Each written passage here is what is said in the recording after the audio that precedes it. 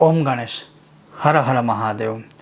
एक ऐसा विषय जो बहुत ही महत्वपूर्ण है और इस विषय पर शायद मुझे 6-7 लोगों ने पूछा था अभी 2-3 दिन के दौरान, तो वो स्पष्टीकरण थोड़ा करना चाहूँगा। और बहुत ही संक्षिप्त है, छोटा है, लेकिन बहुत ही महत्वपूर्ण है और ये अवश्य आपको याद रखना है, क्योंकि यह विषय ऐसा है कि अगर इसका आप पालन न करके विपरीत कार्य करते हो तो ब्रह्म हत्या का पाप लगता है और उसका कोई निवारण नहीं है, ये भी मैं स्पष्ट कर दूं। और वो विषय क्या है कि बहुत बार हम तीर्थों में स्नान करने जाते हैं, नदियों में स्नान करने जाते हैं और उसी नदी में स्नान करते समय उसमें मलमूत्र का त्याग भी करते हैं, उसमें थूकते हैं, उसमें कफ निकालते हैं।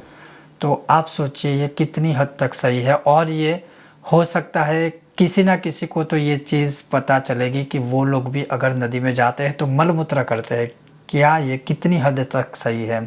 ये आप शास्त्रों में तो, हमारे शास्त्रों में तो सब कुछ कहा है, लेकिन अगर आप शास्त्रों की बात ना जानते हुए, नहीं पता है, मानिए कि शास्त्रों में ये लिखा है नहीं लिखा है आपको नहीं पता है, लेकिन एक मनुष्य होने के नाते भी कितना सही है ये भी आप थोड़ा सोचिएगा। तो इस विषय पर आज मैं थोड़ा आपका ध्यान ले जाऊंगा, केंद्रित करूंगा। अगर आपको यह विषय वीडियो पसंद आता है, लाइक करें, शेयर करें, चैनल पर नए हो तो सब्सक्राइब करके घंटे का चिन्ह अवश्य दबाइएगा। तो चलिए शुरू करते हैं। तो हमारे याज्ञवल्क्य स्मृति, वशिष्ठ स्मृति और शांडिल्य स्मृति आदि में इसका आपको प्रमाण प्राप्त हो जाएगा। और उसके अलावा हमारे बहुत सारे पुराणों में भी है, जैसे लिखा है शिवना श्रुक शक्रुन मूत्र रेतान सप्यसूचन निक्षिपेत। अर्थात कोई भी मनुष्य अगर तीर्थ जल में, तीर्थ नदी में या नदी के अंदर मल का त्याग करता है, मूत्र का त्याग करता है, थूकता है, कचरा फेंकता है, कुल्ला करता है,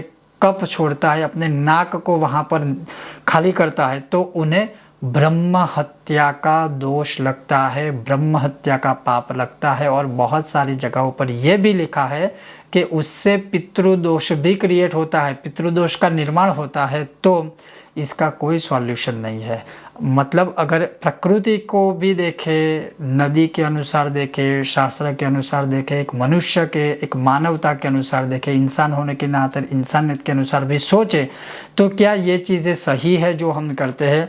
बहुत लोग करते हैं और ये मुझे कहने की आवश्यकता नहीं है, क्योंकि कभी कभी नदी में सब घंटों घंटों तक पड़े रहेंगे, स्नान करेंगे, तैरेंगे, ये करेंगे, वो करेंगे, तो उसमें मल मूत्र का भी बहुत लोग त्याग करते हैं।